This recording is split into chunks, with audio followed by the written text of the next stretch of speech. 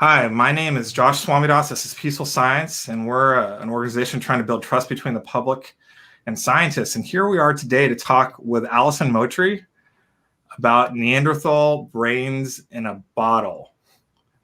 And you can see there a Neanderthal. The Neanderthals aren't quite human, but they're really similar to us. They're the most similar species there are to modern humans.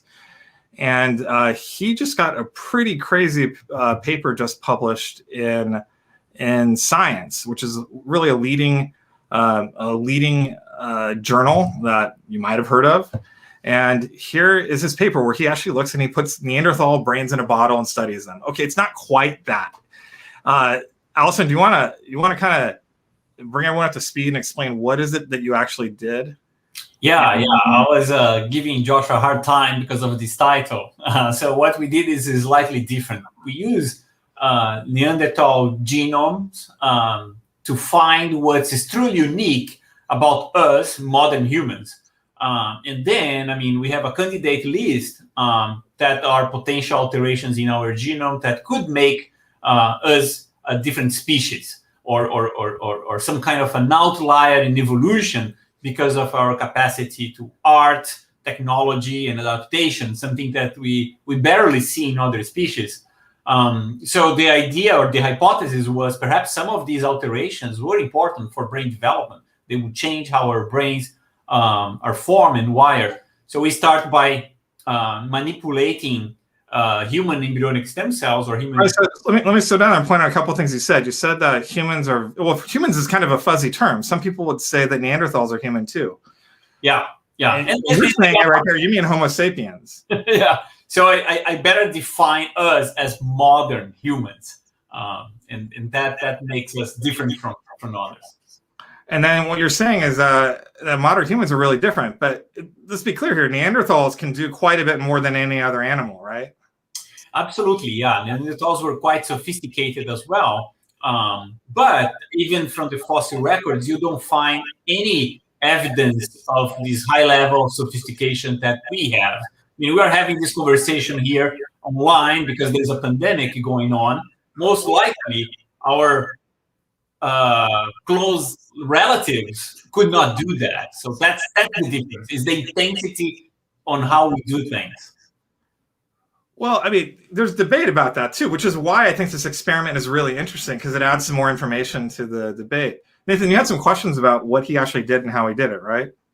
Yeah, one thing I find very interesting in your paper is you talked about 61 positions that you sort of had in your original screen.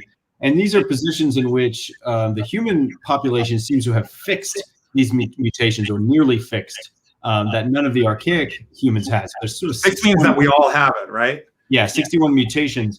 How did you choose Nova1 out of those 61? And are you working through the others now, or? Yeah, so that's a great question. So I actually spent like almost a year looking at that list to choose what are the best genes to kind of archaealize in our cells. And so we narrowed down by prioritizing genes that were involved in very early neurodevelopment, because our model is a brain organoid model, and I can explain in a minute what it is, but we are recapitulating early stages of neurodevelopment. So we're not modeling the adult brain. So there are some genes such as synaptic genes that it's part of that list, and I decided not to go after them because I don't know which one of the trillions of synapses that we have that gene might be important. But Nova1 acts at very early stages in development. So I knew that I can capture that with our model. And most importantly, it's a master gene, so it works in a cascade. It controls the expression or the activity of several downstream target genes. So if I can disrupt the activity of Nova1, there are hundreds of other genes that would be affected, increasing the chances for us to detect something in our model. 61 mutations. That just doesn't seem like very many, is it? Or is that a lot? More than you expected? Less? What do you think? Is that all that's different between us and them? Yeah, that's well, these are the protein coding genes. Let's be clear, right? We're not dealing with no coding genes or regulatory regions. If you open your search for those, then we are talking about thousands of genetic variants that make us different. So just protein coding genes, these are alterations, non-synonymous alterations, meaning that they would probably change a little bit how the protein is formed, that are different between us and the Neanderthals. Yeah.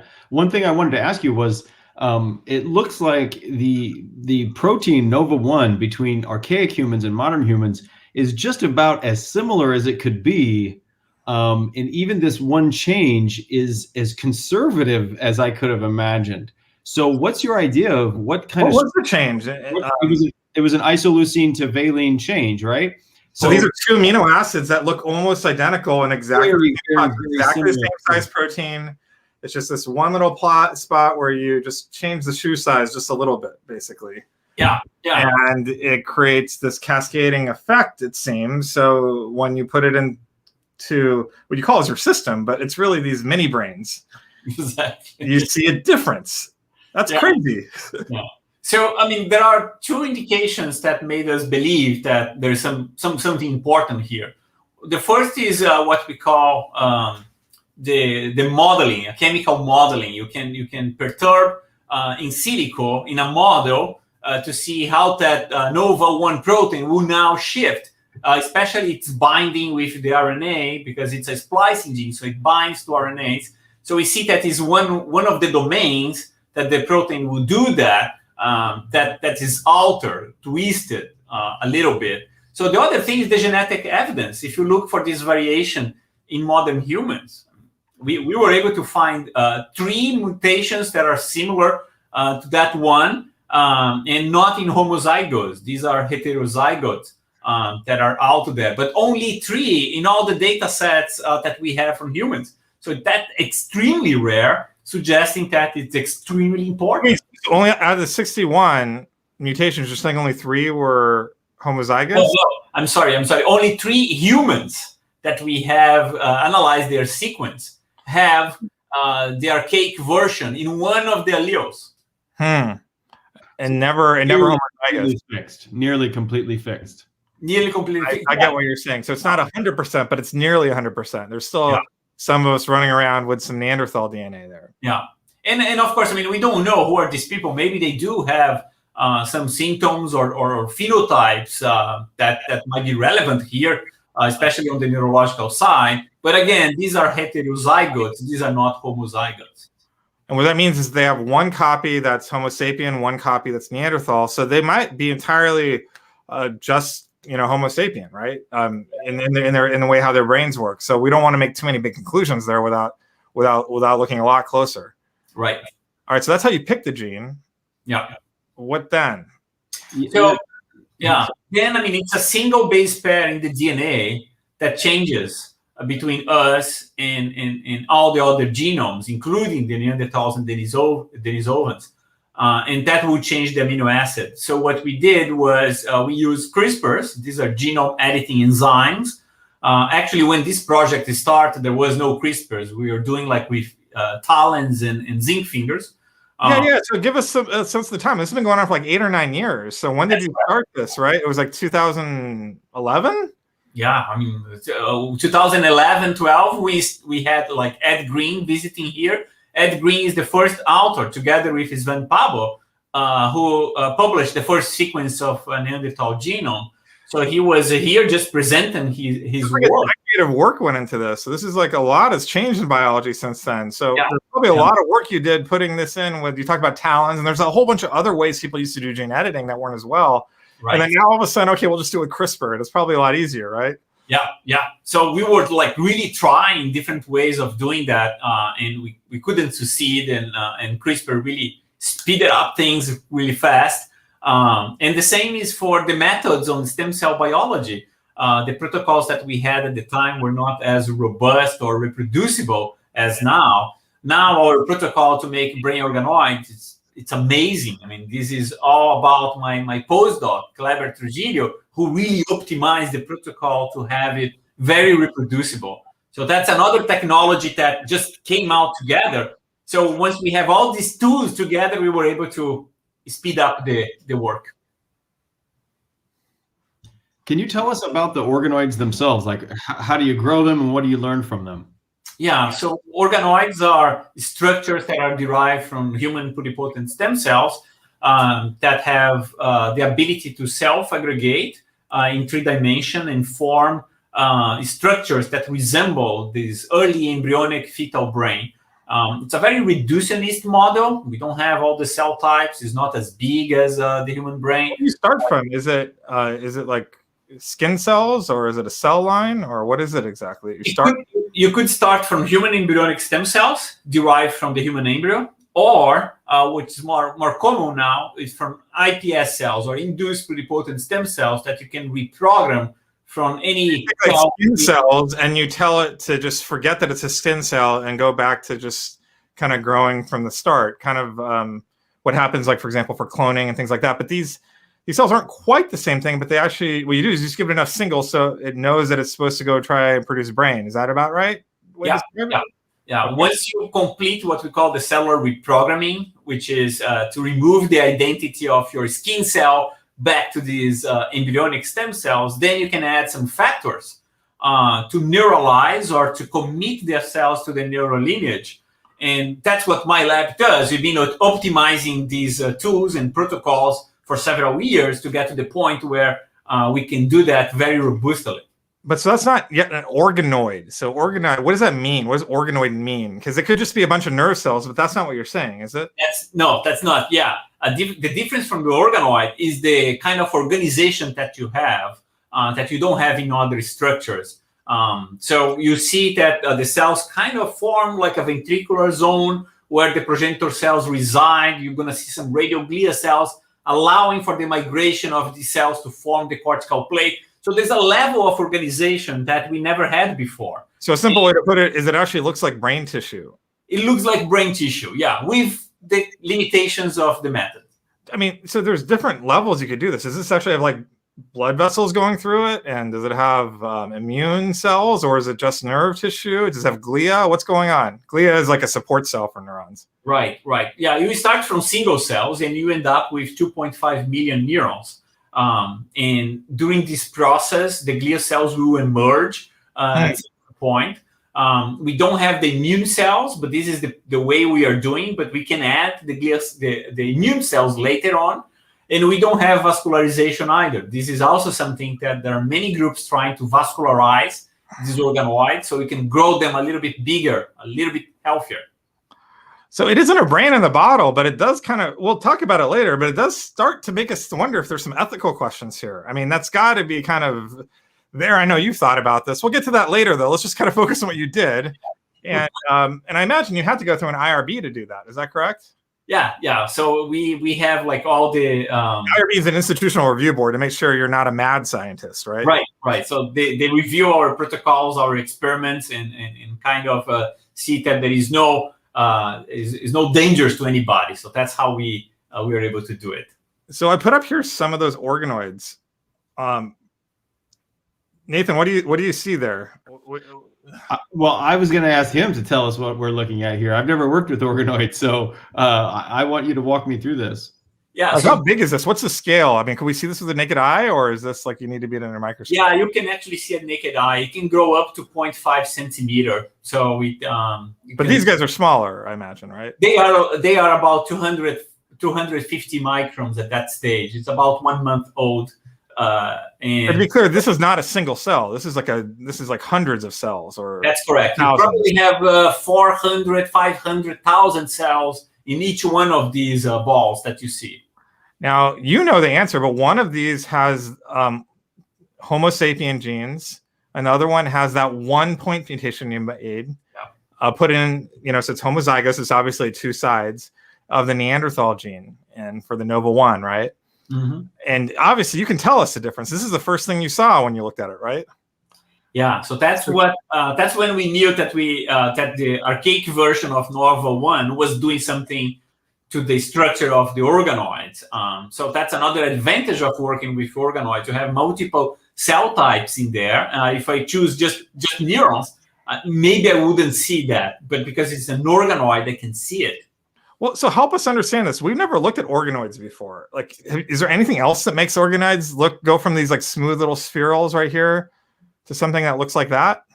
Yeah. So just for people who are not familiar, what you see is the smooth one. I mean, these are very round shapes are on the modern version of the Nova1 gene. And the one that it's uneven surfaces, we call them popcorn shape because they are not as smooth as the other one. These are the ones carrying the archaic version of Nova1. And yeah, I mean, there are other genes. So it's basically on the left, if you're looking at the screen, that's the Homo sapien, people like modern humans. And then the one to the right, that looks all rough, that's Neanderthal or archaic human. So tell us more. Like, what are you observing here when you looked at it? Yeah, so it clearly suggests that the organization of these cells are not the same. And mechanistically, we can understand that based on the downstream targets of Nova1. As I mentioned, there are hundreds of genes that Nova1 is controlling. And what you see, it's the consequences of subtle alterations in all these 100 genes. So there are genes implicated in cell migration, there are genes implicated in cell division, and there are genes implicated in differentiation of the cells. When all these processes are slightly changed, it can magnify by looking at the organoids after like a month or so. So that's our interpretation of the data so far. So let me ask you, what happens if you take out Nova1 altogether? You had knockouts too, right? Yeah, we do. Yeah, we had the knockouts as a control. The knockouts we haven't analyzed as we should, to be honest. I mean, we need to reanalyze that. So we don't know if there are the same cell types that we see in these organoids, or if there are different cell types. So the comparison, I mean, we have to hold until we have the data. But shape-wise, they are more on the smooth side. I mean, we don't see that they have this uneven surface. But again, we don't know if we're comparing apples to oranges or something else. So the knockouts might be a lot of words just to say that there's a lot of things that are going on, and you're not really sure what it is that's causing it. That's true. This is one of these cases that, although you can pinpoint a single gene, a single alteration, but is a cascade event, and that might amplify as the time passes by. It's actually going to be very deeply non-intuitive, especially for non-biologists, how a single tiny change could have all of these consequences down the line. How is that? I mean, like, how do you get an intuition around that? Yeah, it's not that surprising for geneticists because, I mean, especially if you are into pediatric genetics, you know that there's hundreds of genes, single genes that when mutated, the person might have like a different shape of the brain. Some people with a single mutation cannot even talk. So, I mean, for us, it's not that surprising to see a single gene changing brain development as we have now. This to me is another example of a point mutation changing neurodevelopment. So tell us again, like, you've been working with organoids for a long time. You study autism and mutations in autism. Is there anything else that you've seen that's not related to Neanderthals that produces organoids that looks like this? Exactly like that? No. We somewhat like that. And in what ways? Yeah, there are some other mutations or other genes implicated, for example, in cell migration, that we see that the shape of the organoids change. There are some genes implicated in microcephaly that we see the cells do not proliferate as much. It results in something that resembles that. Yeah. So a few things, but I guess when you looked at this, you knew you had something then, right? Yeah, that's what motivated us to continue. Otherwise, probably would give up. But the fact that we see something was reassuring that, well, we are into something. So Nathan and I learned, I think it was about 2 years ago, that you gave a presentation at Carta, right? So Carta, I have a friend there, Ajit Varki, who runs that. Yeah. And we didn't see the presentation, but we saw a lot of the news reports about it. And so we talked about that when it came out, and we were obviously really waiting for the paper to come out, like a lot of people. I thought it might be just like a couple months, hopefully, if we were lucky. It took a long time. Yeah. You just get like distracted by other things? What's going on here? What's the other thing that's more exciting than this? What's going on? No. It was. I think it gave the talk in 2018, if I'm not wrong. And we have like the bulk of the work done. So it took like another 6 months to kind of prepare the results in a paper format and then submit to a journal. So in my field, it's not that crazy to wait 2 years to be published. I mean, because especially in these big journals, I mean, reviewers really ask for tons of additional controls, repeat this in a different cell line. I mean, take years to do that. And these organoids, they also take their time to grow. So as fast as you can be, you still have to rely on your model system to be able to perform these experiments. And of course, I mean, we were also caught on the pandemic that we have to slow down the lab. So all of that contributes to why the paper is only now published. Well, I'm curious your thoughts on this too, Nathan. But one thing that actually really strikes me, which I think is helpful people to understand, is it's not just that you did it and you got that picture and that you were done. You did a lot of experiments to understand what's going on with these little guys. What were some of them stuck out to you, Nathan? And how would you describe and explain that? Yeah, so that's another thing. We could, I mean, eventually have just the images and try to publish. Of course, I mean, it would not be like the most robust publication, but we want to kind of give some mechanistic insights on why this happened. So that's why we did all the RNA-seq, single-cell RNA-seq, try to understand what are the implications of NOVA1. And we also want to go one step ahead and see, well, I mean, if all those cellular and molecular changes happens in the organoid, the way the organoid function, which would be like the way the neurons are wired, would change. So we put lots of effort on this last step to kind of map the networks, how the networks were organized. And to me, that was one of the biggest surprise of the manuscript, is this last piece of data. Well, one thing I wanted to ask you was, it looks like you have this change from the starting point of your organoid, even before you do the induction step, or the proliferation step, I should say. And you also see a lot more cell death, I noticed. So how do you rule out kind of a more trivial explanation like the proteins are aggregating? You know, the archaic version aggregates a little bit in the modern, because the other than NOVA1, these are modern human cells, right? So is it possible that, or even off-target edit too?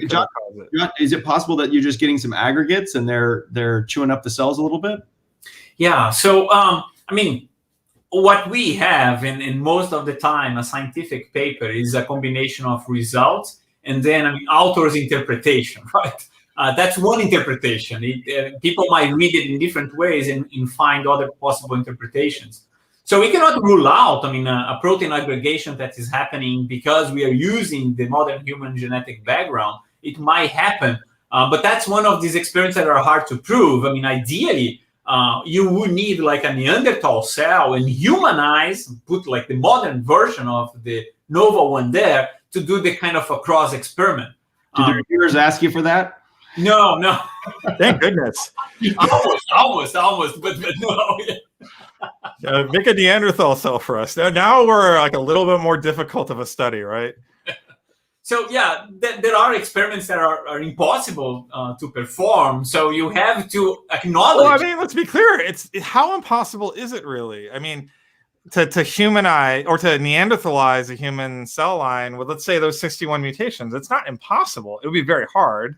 Yeah. So, and I think Nathan started with that question: what's the next step? And yeah, I mean, we're looking for the other 60 genes to see if we can add on top of the one that we have, or either in combinations or alone, and start to dissecting out what are these genes.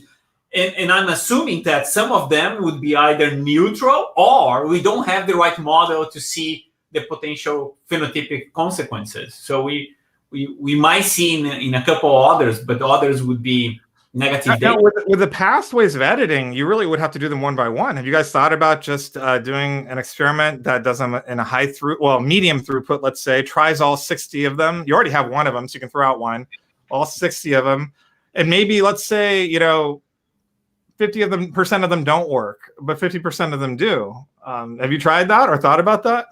Yeah, we thought about that. We always keep an eye on the base editors or new strategies to do multiple editing at the same time. Oh no, they just like to do it in sequence. So maybe you'll have 60 cell lines, some of them where it worked and you actually have the right edit, right? Yeah. So yeah, I mean, it all takes time and cost, right? Ideally, if I have all the resources, yeah, I'll be doing that right now.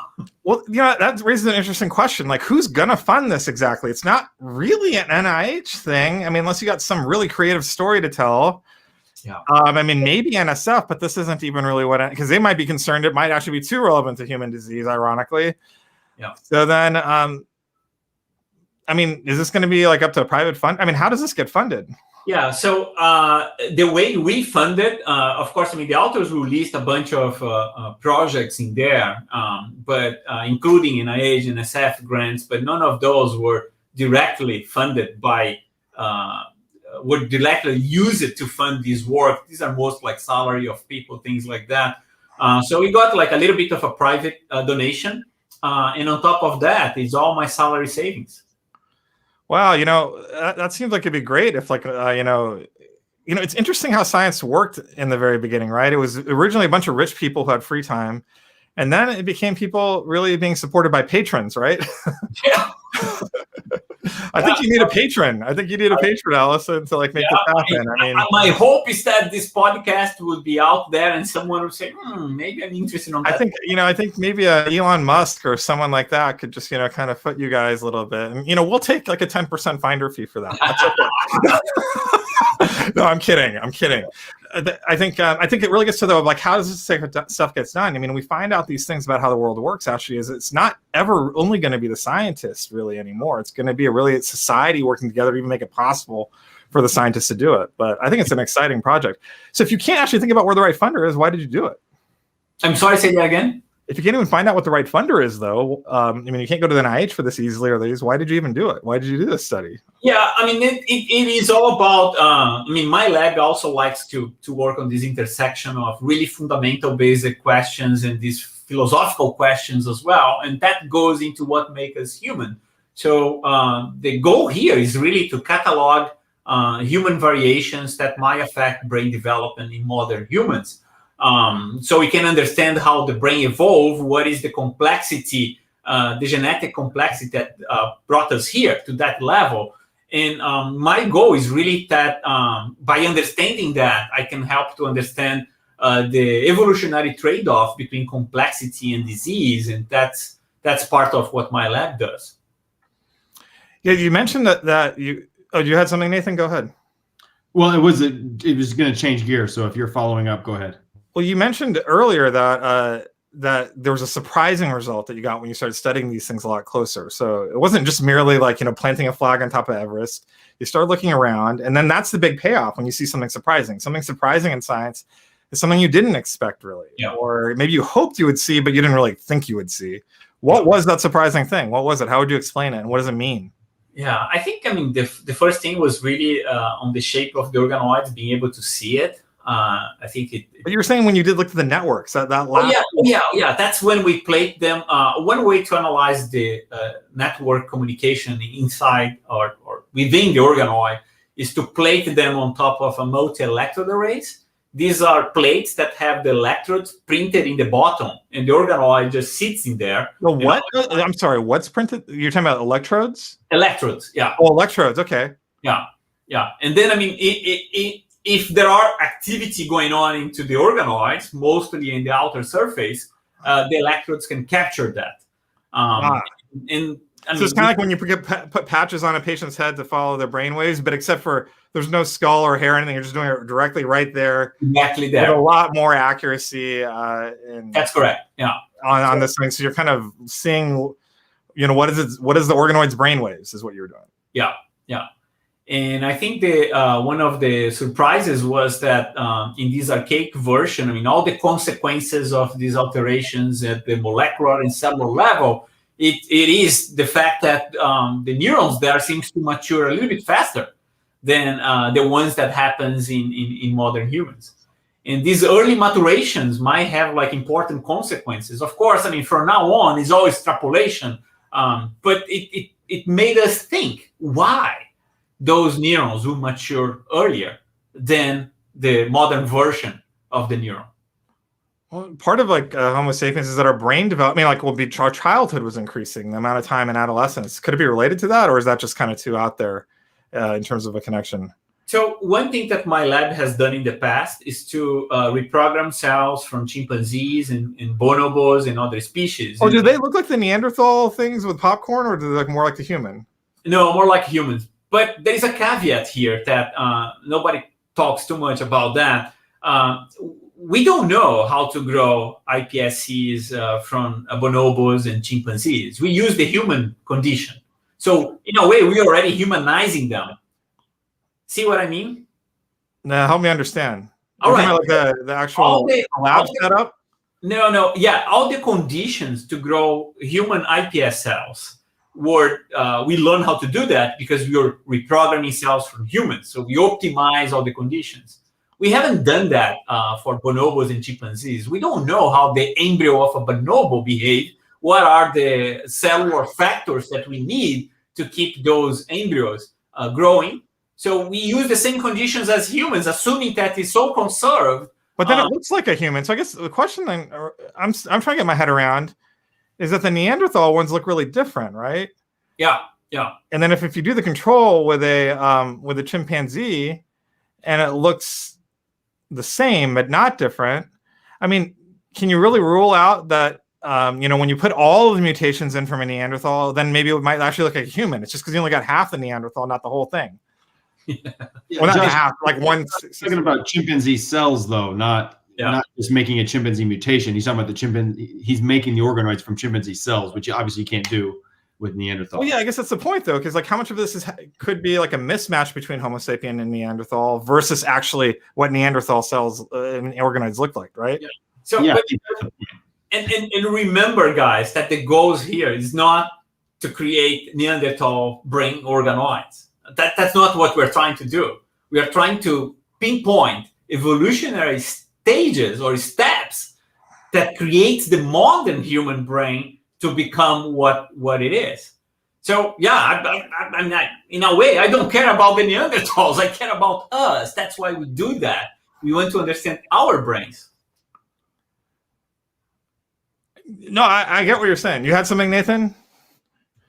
One thing I was going to ask was, we know a little bit about the biology of Nova1 regarding splicing and how it is a master regulator of splicing. What did you notice regarding the splicing that takes place in the cells of these organoids?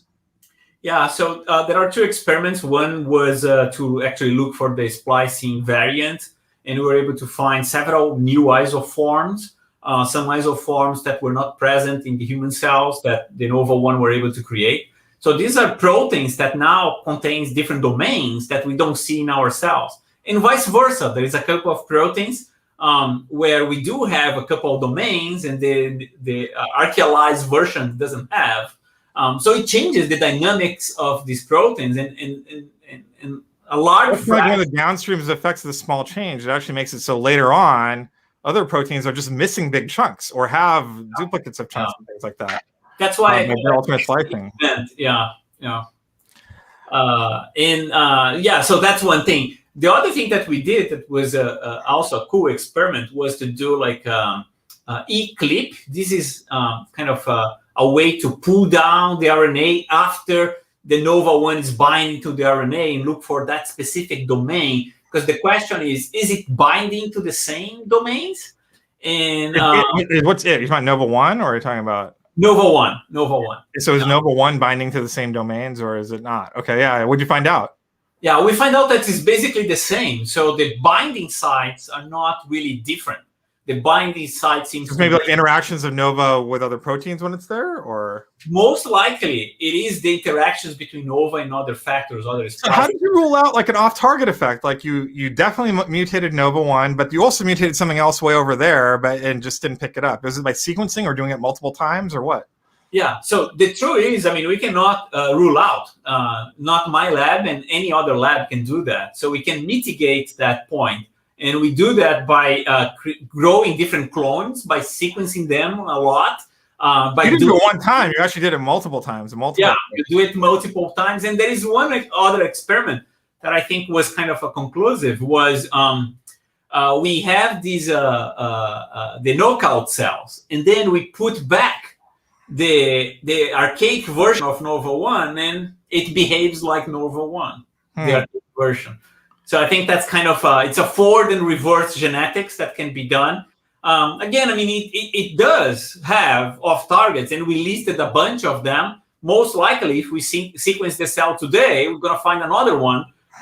But I don't think those are relevant because of that, because the forward and reverse genetics. So what happens if you were to do this thought experiment of just, I mean, obviously you might do it like with as approved technology down the line, and when you get your patron, right? But and we're not reviewers on a paper, you got your paper out, but if you were to do the thought experiment of adding back all the mutations from a Neanderthal, right? Let's say just the point mutations. What's the chances that you'll see the same phenotype, or all of a sudden it'll start looking like a Homo sapien organoid again? Yeah, so I mean, either result is interesting, right? Oh, yeah, absolutely. I'm just kind of curious which one you think. Yeah, I think the Nova-1 effect is so dramatic that we would stay on. And then we have like additive effect. I don't think any other gene, at least from my simplistic view, can counter effect what Nova-1 is doing. But then we're going to have like other things on top of that. Yeah, so there's this grand debate right now about how human Neanderthals were, right? There's a lot of disagreement among scientists on this, and sometimes it gets a bit, I mean, it can get a bit intense, right? Some people are convinced that Neanderthals are just no different than humans, and to think otherwise is like, disparaging other humans to the point of like there's a threat to human rights and dignity at times, it seems. Well, let's not go that far, but there's a lot of people who would say that there's also, some differences, right? And try to figure out what those differences are. And clearly there was interbreeding that was happening. It's a big debate. So what is interesting about this paper is you have some views on this, and I know Nathan does too. I'm really curious to hear you guys expound on them a little bit. But this adds information to that debate too about how human Neanderthals really were, right?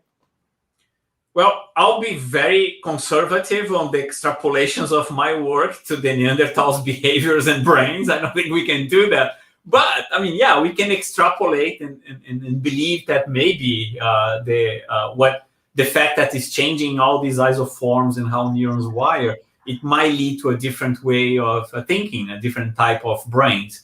But I mean, I think the fascination by the Neanderthals is because they are so different at the same time, so close. I mean, similar, yeah. We have babies with them. I mean, we know we have the Neanderthal DNA in our genome, so that puts us very close to them.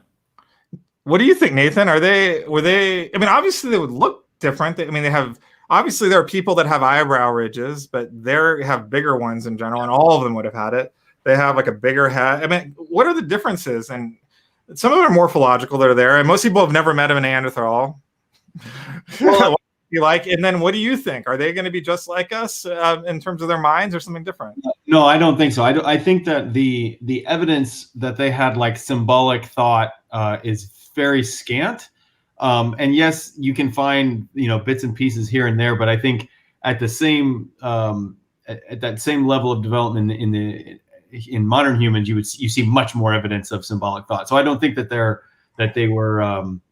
I mean, even their artwork that is attributed to them is very much disputed because humans were around at the same time. So I don't think they were capable of symbolic thought. And the morphological differences are not minor either. I mean, if you put a Neanderthal and give them a shave and put them in modern clothes. Do you have a skull back there behind you too? They look very different.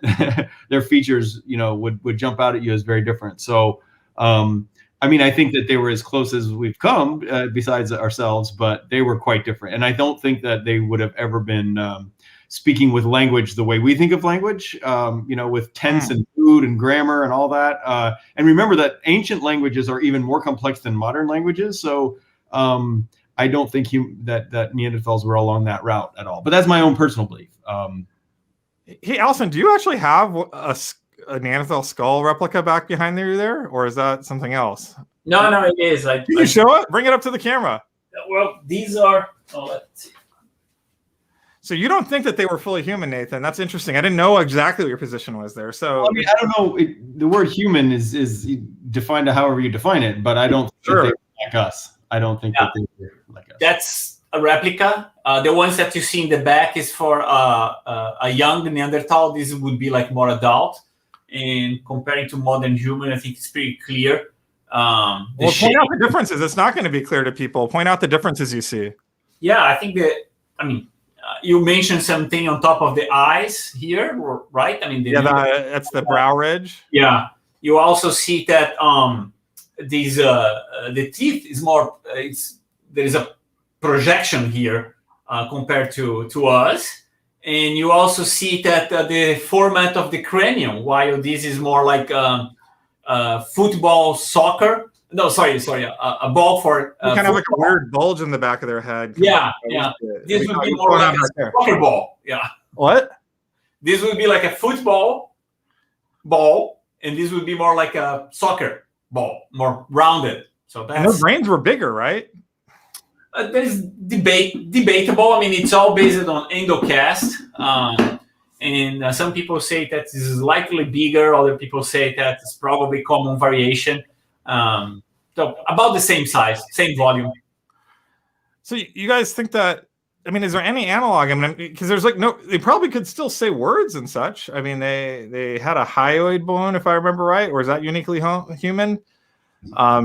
Yeah, of course. And but remember, if you're just using words, then most social animals have words, right? Have nouns, referential communication. So, but that recursive, complex language. Give an example what you mean by recursive, Nathan. What do you mean exactly? So a thought inside of a thought, how you can wrap around, you can make a clause and a phrase by linking words together, like prepositions, for example. So other animals have nouns and adjectives, but they don't have prepositions and they don't have transitive things that connect thoughts together that we know of. So there's a debate too about how much. And so if you make those distinctions, people wonder actually, if you go back 200,000 years ago to Africa and the Homo sapiens there, did they have those abilities or did it evolve later either? So what do you guys think about that? Oh, Nathan, you go first. I would argue that they did not. I think that's really the last step when that put cultural evolution in the driver's seat, and that's 65 to 75,000 years ago. So you think that if we got like a Homo sapien kid from like 100,000 years ago, even 100,000 years ago, but 200,000 years ago, we brought him to this world, unless he was like the really lucky one that was in that, that had like the early mutations before it spread. We're talking about the average one, right? They wouldn't be able to fit in with a human family in a way that would allow them to go to college and become just like us. You're saying that? That's how I read the data as of now. Yeah. What do you think, Alysson? It's speculative, right? But thought experiments, right? I like to think similarly, but I don't know. I mean, these are the things that we don't know. I can see that the people are building evidence even for language, more sophisticated language in Neanderthals or more symbolism. But it's still scarce. It's not that we have like conclusive evidence for any of those. It's interesting to me how Neanderthals fall in this weird spot where I think everyone has to agree that they're more human-like than any other animal, right? Yeah. But they're also not humans like us. So, I mean, what do we make of that? It is kind of like one of those grand puzzles. And then I think, wasn't the first Neanderthal skull discovered like I think in the early 1800s? It's part of what Darwin was looking at when he's formulating origins, even though he doesn't talk about human evolution. Yeah, it was like 1861, I think, was Neanderthal 1. Well, they discovered it, I think, earlier, but didn't know quite what it was, right? No, it was they thought it was a horseman whose brow got like that because he was in pain, doubled over. Oh, I'm serious. That's what they thought. Yeah, I know. And it's Huxley, I think. That actually says, no, this is an archaic human. I mean, he didn't use those terminology and all that, but he says it's kind of the precursor to us. Mm-hmm. So, I mean, this question of Neanderthals has been with us for a really long time. I mean, it's interesting to see how this is exploring.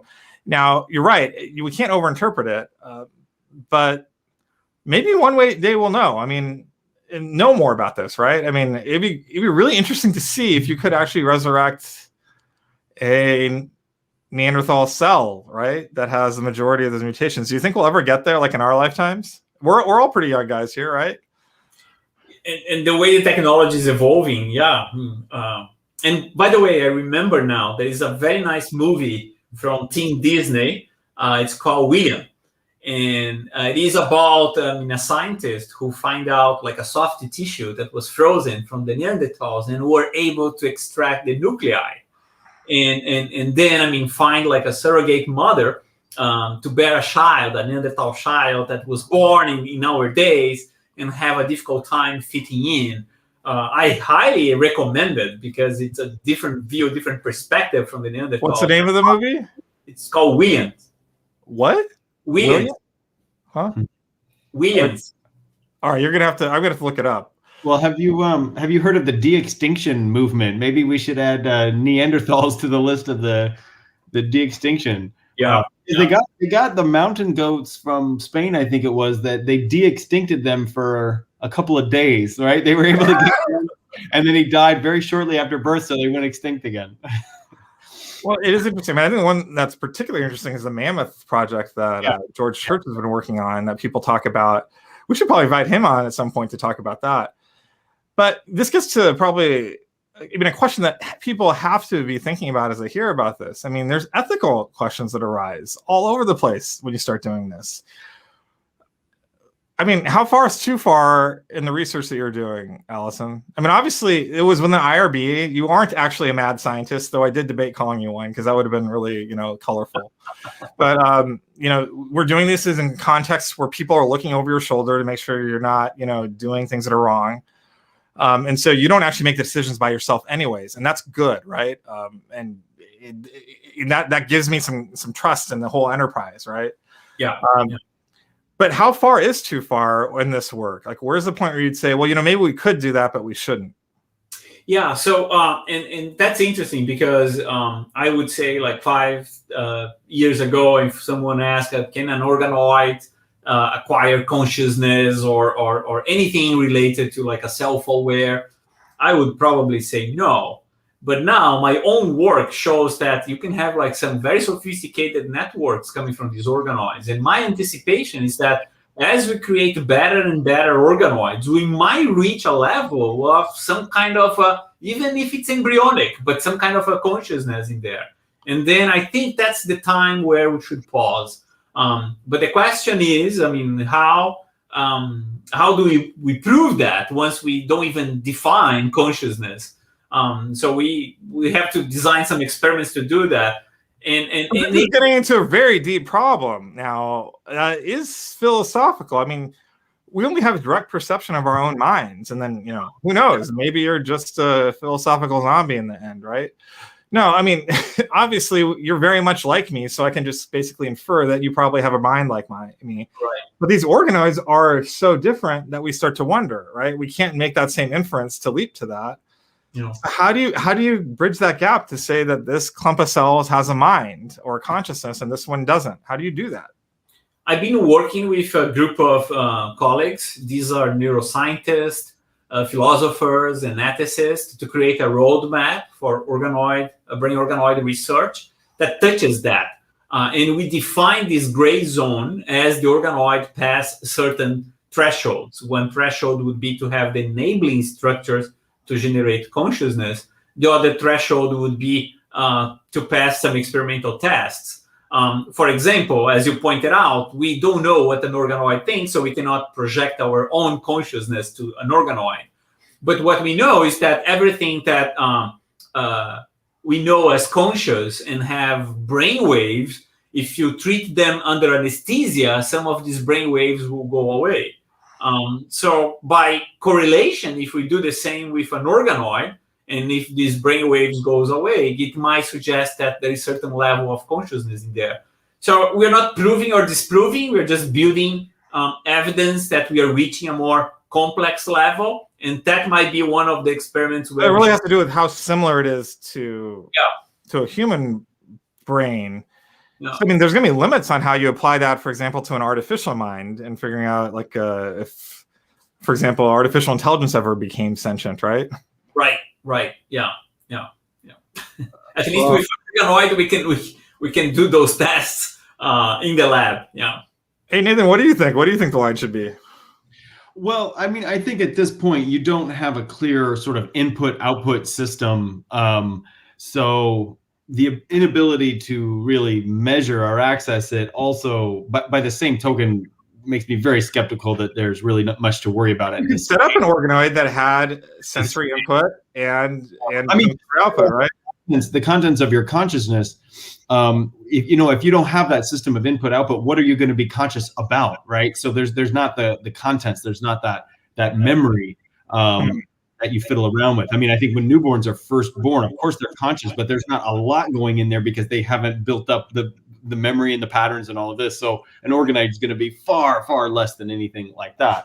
Whereas with an artificial intelligence, I would be much more interested and curious about the level of consciousness, because it is built with an input and output, and with that idea of growing and learning and incorporating in a permanent way and changing and building on it.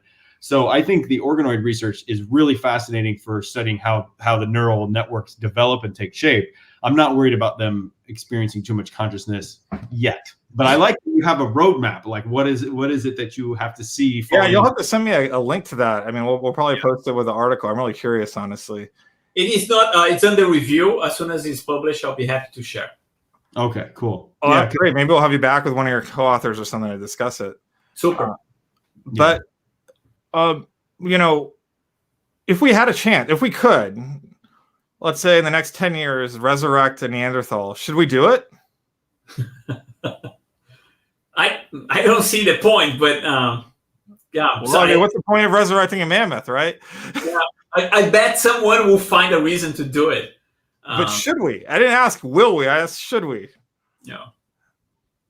And I mean, because humans have such a great track record of dealing with people across differences, Yeah. and that Neanderthal will be treated entirely with incredible ethics and dignity and worth and all of that, right? I totally get your point, and that's why I think, this needs to be discussed. Yeah. Well, any other final thoughts before we sign off? By the way, thanks for joining us. This has been a great conversation. Thanks. I had lots of fun. That was nice. Thank you for covering the research. Anything else that you think we should know or talk about before you go? No, I think we covered it all. I mean, I will just be happy to come back if I have more data so we can continue this discussion. Oh, yeah. We should do that probably, before your paper comes out. Because if it takes like 2-3 years for it to come out, we'll just like send you a note and you can come give us the conference version of it. Any final questions, Nathan, before we close this? No, it's good. Thanks so much for coming to talk to us. I appreciate it. Thanks, Nate. Thank you. All right. Thanks, listeners, for joining us. You can follow the conversation with us by clicking subscribe, or also looking at the link there to back to our to the blog post about this. We're looking together about what it means to be human and really trying to rebuild the trust between scientists and the public. Thanks for joining us, and we'll talk to you later.